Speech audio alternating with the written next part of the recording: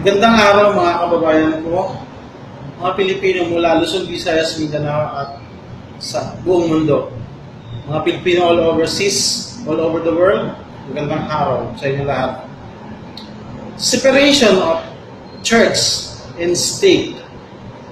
Malinaw po na sinasabi na dapat hiwalay ang simbahan sa estado.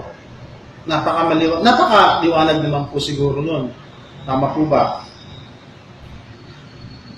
Kaya panawagan ko po doon sa dalawang obispo na walang tigil sa kakaputaktik sa mahal naming presidente. Hindi pa nga nakaupo sa palasyo, hindi pa nga upo doon sa upuan ng Malacanang. Eto itong dalawang obispo na ito, halatang halata na namumulitika, manahimik kayo sa kakaganyan nyo sa aming presidente. Mas lalo nyong dinidiin ang simbahang Katoliko at kinakaladkad nyo sa kahihiyan. Alam mo, pinanganak akong Katoliko, kinagisnan kong Katoliko, nanay, tatay ko. Pero hindi, ibig sabihin nun na sangayon ako sa pinaggagawa niyong dalawang obispo kayo. O pwede bang tulungan niyo na lang yung mayor natin o presidente natin? Di ba pwede yun?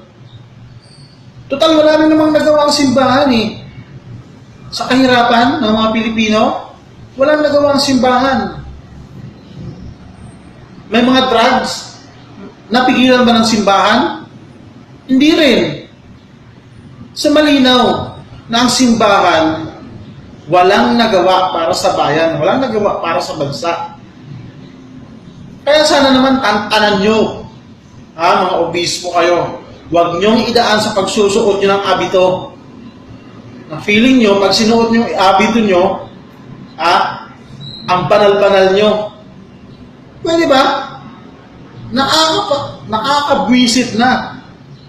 Kaming mga Pilipino, ang naghalal kay Presidente Duterte.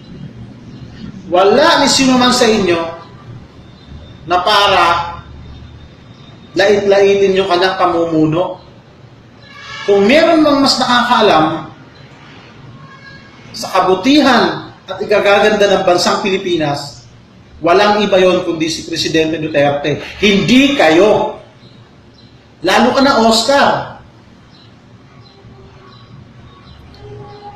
Lalo-lalo na yung mga obispo na tumatanggap ng mga Montero at Pajero, ang kakapal ng mga mukha ninyo. Yan ang atupagin ninyo. Yung mga pari na nanggagahasa ng mga kabataan, yan ang atupagin ninyo. Mas lalo niyong kinakaladkad ang simbahan dyan sa ginagawa ninyo yan.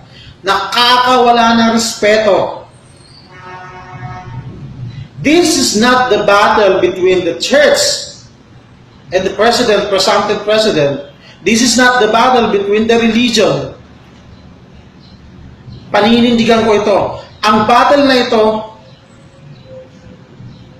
ay para sa mga Pilipino. Taong bayan. Naiipit ang taong bayan eh. Walang ibang nakakaalam kung anong ikabubuti ng ating bansa maliban sa ating presidente. Kaya kayong dalawa, manahimik kayo kung wala rin lang kayong maitutulong. Total, wala rin namang nagagawa ang simbahan, di ba? Halatang halata na walang nagagawang simbahan. Sa mga patayan sa labas, mga babaeng nire-rape, may nagawa ba? Wala. O baka naman natutuwa pa kayo dahil dinadala doon yung mga patay. Wisik-wisikan nyo lang ng bindita nyo, pera na. Puro kayo nakakalagkad tuloy yung baho ng simbahan, nakakalkal tuloy ang baho ng simbahan. Mas lalo nyo sinisira ang simbahan ninyo, kayo mismo. Taong bayan ang kalaban ninyo, hindi si Duterte. Tandaan nyo yan. Kaming mga naghalal kay Duterte ang makakalaban ninyo. Kung hindi kayong dalawa titigil, tandaan nyo yan. Obispo, Oka, at Socrates Villegas, mahiya kayo sa mga balat ninyo. Huwag niyong gamitin ang ang abito. Para sarili nyo lang nasisikat kayo, o gumawa kayo ng party list nyo. Kung gusto nyo sa politika, para mapasama kayo doon sa kongreso, o saka kayo magtatatalak doon. Pambihira kayo mga obispo kayo, nakakawalang galang na ha.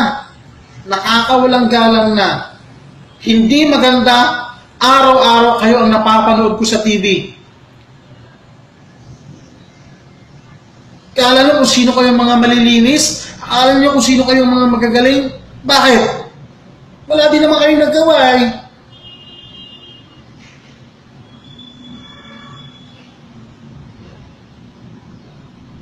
Uulitin ko po ha, Oscar. Huwag nyo antayin ng taong bayan na magdidesisyon sa inyong dalawa. Hindi nyo kami kaya. Ang taong bayan ang naghalal dyan kasi may inaasahan kami, umaasa kami, at patuloy kami na umaasa na may mangyayari at may magbabago. Kung hindi kayo titigil kayong dalawa, diba? Malalaman nyo na lang. Hi guys, good afternoon. Nananahimik na sana ako about sa issue ni Duterte kasi pagkatapos ng election, back to normal na, di ba? Pero yung lumalabas ngayon na sinasabi, i-boycott si Mayor Duterte dahil sa sinabi niya about sa mga journalist. Hala, grabe. During sa time na tumakbo si Mayor Duterte, nung kailangan niya kayo, anong ginawa niyo? Sinisiraan niyo siya, naging unfair kayo sa kanya kasi wala siyang pera. Halos lahat ng sinasabi sa balita hindi maganda about him. Tapos ngayon sinabi niya yung totoo, nagagalit kayo. Fair ba yun? Hindi. Hindi yun fair. Ewan ko lang kung bakit ganun kayo. Nanalo, instead mag-support kayo, okay lang. Pero pag may sinabi siya about reality, nasasaktan kayo. Totoo din naman na bias yung media. Totoo din naman na yung ibang journalist binabayaran para kung ano yung maganda at hindi pinapalabas. Pero I'm not saying lahat. Kasi meron akong kilala ng mga journalist dito sa Cebu na mga magagaling. Pero, what's your point? What's your point, dude? What's your point? Ano yung point niyo na bakit ipapaboycott niyo? Alam niyo ba, 16 million yung bumoto sa kanya. Paano yung pag kami 16 million magbo-boycott sa inyo? Magagawa ba kayo? Wala.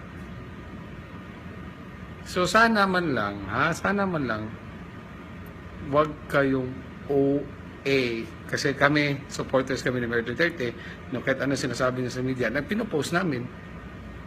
Pero pag sabihin na, wala na halatang bitter kayo.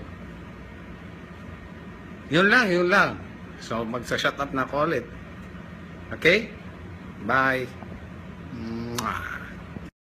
HR chief won't shut up or quit vows to fight Duterte. Fight Duterte.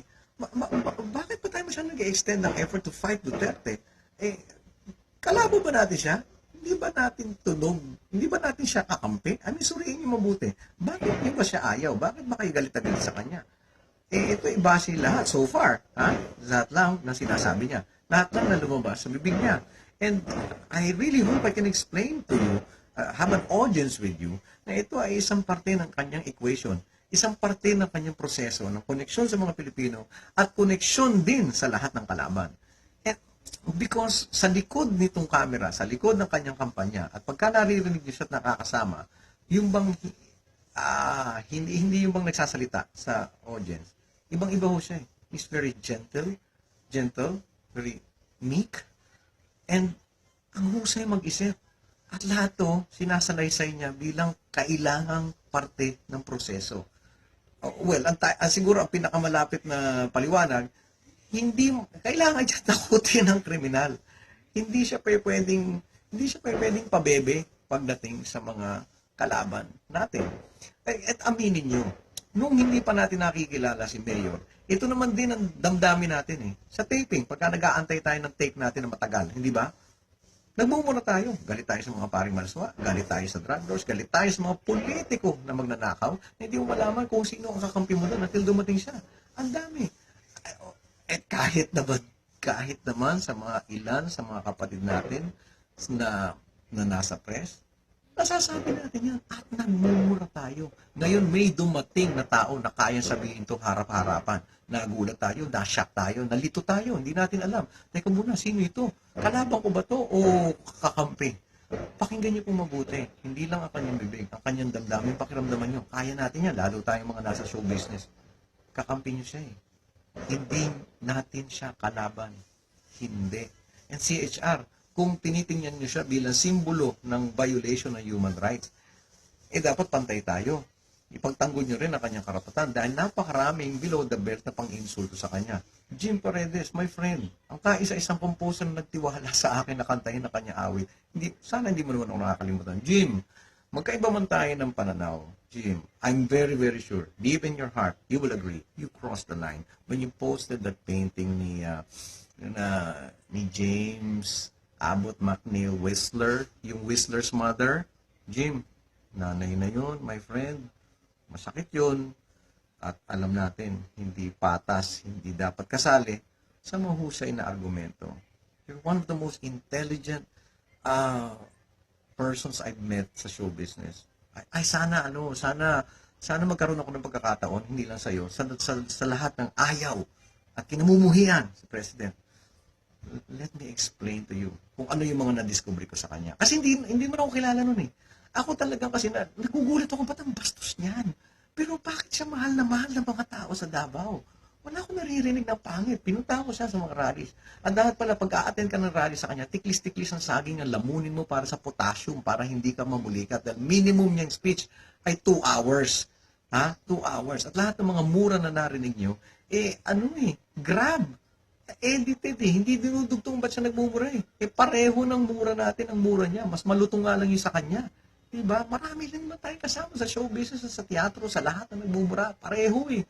Well, give me this chance to explain it to you. And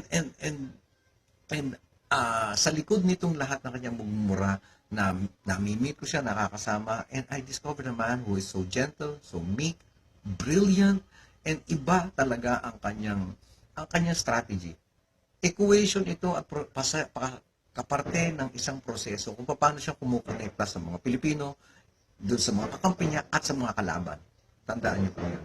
And let me tell you, doon sa aking unbelievable effort na makilala siya, pati mga kamag-anak niya, pati mga prosecutor, abogado sa Davao, pinuntahan ko yan, nakapagkwentuhan ako niya sa mga taxi drivers sa lahat. Alam niyo naman ako baliw ako sa ganyan, kikilalanin ko talaga.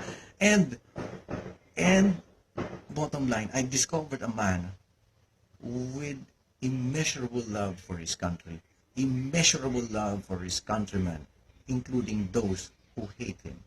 Kayo na ayaw niya siya. Yung pagmamahal niya, kasama kayo. Maniwala po kayo sa akin. Suriin niyo po mabuti yung puot sa inyong puso. Kakampin niyo po si President Duterte. Magandang araw mga kababayan ko, mga Pilipino mula Luzon, Visayas, Mindanao at sa buong mundo. Mga Pilipino all overseas, all over the world, magandang araw sa inyo lahat. Separation of church and state. Malinaw po na sinasabi na dapat hiwalay ang simbahan sa estado. Napakaliwanag naman po siguro nun. Tama po ba? Kaya panawagan ko po doon sa 2 obispo na walang tigil sa kakaputaktik sa mahal naming presidente. Hindi pa nga nakaupo sa palasyo, hindi pa nga upo doon sa upuan ng Malacanang. Eto itong 2 obispo na ito, halatang halata na namumulitika. Manahimik kayo. Sa kakaganyan nyo sa aming presidente, mas lalo nyong dinidiin ang simbahang Katoliko at kinakalagkad nyo sa kahihiyan. Alam mo, pinanganak akong Katoliko, kinagisnan kong Katoliko, nanay, tatay ko. Pero hindi, ibig sabihin nun na sangayon ako sa pinaggagawa niyong 2 obispo kayo. O pwede bang tulungan niyo na lang yung mayor natin o presidente natin? Di ba pwede yun? Total, wala na namang nagawa ang simbahan eh. Sa kahirapan ng mga Pilipino, walang nagawa ang simbahan. May mga drugs, napigilan ba ng simbahan? Hindi rin. Sa malinaw na ang simbahan, walang nagawa para sa bayan, walang nagawa para sa bansa. Kaya sana naman tantanan nyo, mga obispo kayo, huwag nyong idaan sa pagsusuot nyo ng abito. Na feeling nyo, pag sinuot Isa't nakakasama, yung bang hindi yung bang nagsasalita sa audience. Ibang-iba ho siya eh. He's very gentle, very meek, and ang husay mag-isip. At lahat to, sinasalaysay niya bilang kailangang parte ng proseso. Well, siguro ang pinakamalapit na paliwanag, hindi kailangan siya takutin ng kriminal. Hindi siya pwedeng pabebe pagdating sa mga kalaban natin.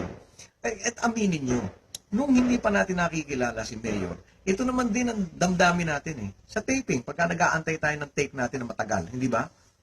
Nagmumura tayo. Galit tayo sa mga paring malaswa, galit tayo sa drug lords, galit tayo sa mga politiko na magnanakaw, na hindi mo malaman kung sino ang kakampi mo doon until dumating siya. Ang dami. At kahit naman sa mga sa mga kapatid natin na nasa press, nasasabi natin yan at nagmumura tayo. Ngayon may dumating na tao na kayang sabihin to harap-harapan. Nagulat tayo, nashock tayo, nalito tayo, hindi natin alam. Teka muna, sino ito? Kalaban ko ba to o kakampi? Pakinggan niyo kung mabuti. Hindi lang ang kanyang bibig, ang kanyang damdamin, pakiramdaman niyo. Kaya natin yan, lalo tayong mga nasa show business. Kakampi niyo siya eh. Hindi natin siya kalaban. Hindi. And CHR, kung tinitingnan niyo siya bilang simbolo ng violation ng human rights, dapat pantay tayo. Ipagtanggol niyo rin ang kanyang karapatan dahil napakaraming below the belt na pang-insulto sa kanya. Jim Paredes, my friend, ang kaisa-isang composer na nagtiwala sa akin na kantahin na kanya awit. Sana hindi mo naman ako nakakalimutan. Jim, magkaiba man tayo ng pananaw. Jim, I'm very, very sure, deep in your heart, you will agree, you crossed the line. When you posted that painting ni James Abbott McNeil Whistler, yung Whistler's mother, Jim, nanay na yun, my friend. Masakit yun. At alam natin, hindi patas, hindi dapat kasali sa mahusay na argumento. You're one of the most intelligent persons I've met. mas lalo nyo sinisira ang simbahan ninyo, kayo mismo. Taong bayan ang kalaban ninyo, hindi si Duterte. Tandaan nyo yan. Kaming mga naghalal kay Duterte ang makakalaban ninyo. Kung hindi kayong dalawa titigil, tandaan nyo yan. Obispo, Oka, ha? At Socrates Villegas, mahiya kayo sa mga balat ninyo. Huwag nyong gamitin ang abito. Pag sarili nyo lang nasisikat kayo, o gumawa kayo ng party list nyo. Kung gusto nyo sa politika, para mapasama kayo doon sa kongreso, o saka kayo magtatakalak doon. Pambihira kayo mga obispo kayo, nakakawalang galang na ha. Nakakawalang galang na. Hindi maganda, araw-araw kayo ang napapanood ko sa TV. Kala nyo kung sino kayong mga malilinis? Akala nyo kung sino kayong mga magagaling? Bakit? Wala din naman kayong nagawa eh.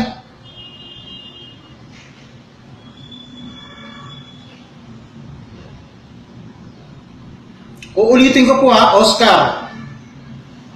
Huwag nyo antayin ng taong bayan na magdidesisyon sa inyong dalawa. Hindi nyo kami kaya. Ang taong bayan ang naghalal dyan kasi may inaasahan kami, umaasa kami, at patuloy kami na umaasa na may mangyayari at may magbabago. Kung hindi kayo titigil kayong dalawa, diba? Malalaman nyo na lang. Hi guys, good afternoon. Nananahimik na sana ako about sa issue ni Duterte kasi pagkatapos ng election, back to normal na, di ba? Pero yung lumalabas ngayon na sinasabi, i-boycott si Mayor Duterte dahil sa sinabi niya about sa mga journalist, Hala, grabe. During sa time na tumakbo si Mayor Duterte, nung kailangan niya kayo, anong ginawa niyo? Sinisiraan niyo siya, naging unfair kayo sa kanya kasi wala siyang pera. Halos, Yung abito nyo, ang banal-banal nyo. Pwede ba? Nakakabwisit na. Kaming mga Pilipino ang naghalal kay Presidente Duterte. Wala ni sino man sa inyo na para lait-laitin yung kanyang pamumuno. Kung meron mang mas nakakaalam sa kabutihan at ikagaganda ng bansang Pilipinas, walang iba yon kundi si Presidente Duterte. Hindi kayo. Lalo ka na, Oscar. Lalo-lalo na yung mga obispo na tumatanggap ng mga Montero at Pajero. Ang kakapal ng mga mukha ninyo. Yan ang atupagin ninyo. Yung mga pari na nanggagahasa ng mga kabataan, yan ang atupagin ninyo. Mas lalo niyong kinakaladkad ang simbahan dyan sa ginagawa ninyo yan. Nakakawala ng respeto. This is not the battle between the church and the president, presumptive president. This is not the battle between the religion. Paninindigan ko ito. Ang battle na ito ay para sa mga Pilipino. Taong bayan. Naiipit ang taong bayan eh. Walang ibang nakakaalam kung anong ikabubuti ng ating bansa maliban sa ating presidente. Kaya kayong dalawa, manahimik kayo. Wala rin lang kayong maitutulong. Total wala rin namang nagagawa ang simbahan, di ba? Halatang halata na walang nagagawang simbahan. Sa mga patayan sa labas, mga babaeng nire-rape, may nagawa ba? Wala. O baka naman natutuwa pa kayo dahil dinadala doon yung mga patay. Wisik-wisikan nyo lang ng bindita nyo, pera na. Puro kayo nakakalagkad tuloy yung baho ng simbahan, nakakalkal tuloy ang baho ng simbahan. lahat ng sinasabi sa balita hindi maganda about him. Tapos ngayon sinabi niya yung totoo, nagagalit kayo. Fair ba yun? Hindi. Hindi yun fair. Ewan ko lang kung bakit ganun kayo. Nanalo, instead mag-support kayo, okay lang. Pero pag may sinabi siya about reality, nasasaktan kayo. Totoo din naman na bias yung media. Totoo din naman na yung ibang journalist binabayaran para kung ano yung maganda at hindi pinapalabas. Pero I'm not saying lahat. Kasi meron akong kilala ng mga journalist dito sa Cebu na mga magagaling. Pero, what's your point? What's your point, dude? What's your point? Ano yung point niyo na bakit ipapaboycott niyo? Alam niyo ba, 16 million yung bumoto sa kanya. Paano yung pag kami 16 million magbo-boycott sa inyo? Makagawa ba kayo? Wala. So sana man lang, wag kayong OA. Kasi kami, supporters kami ni Mayor Duterte, no, kahit ano sinasabi niya sa media, pinopost namin. Pero pag sabihin na, wala na halatang bitter kayo. Yun lang. So, magsa-shut up na ako ulit. Okay? Bye. Mwah. HR, Chief Unsharap, or quick vows to fight Duterte. Fight Duterte. Bakit pa tayo masyadong nag-extend ng effort to fight Duterte? Kalabo ba natin siya? Hindi ba natin tunog? Hindi ba natin siya kakampi? Suriin niyo mabuti. Bakit niyo ba siya ayaw? Bakit ba kayo galit sa kanya? Ito ibase lahat so far. Lahat lang na sinasabi niya. Lahat lang na lumabas sa bibig niya. And I really hope I can explain to you, have an audience with you, na ito ay isang parte ng kanyang equation. Isang parte ng kanyang proseso ng koneksyon sa mga Pilipino at koneksyon din sa lahat ng kalaban. And because sa likod nitong camera, sa likod ng kanyang kampanya, at pagka naririnig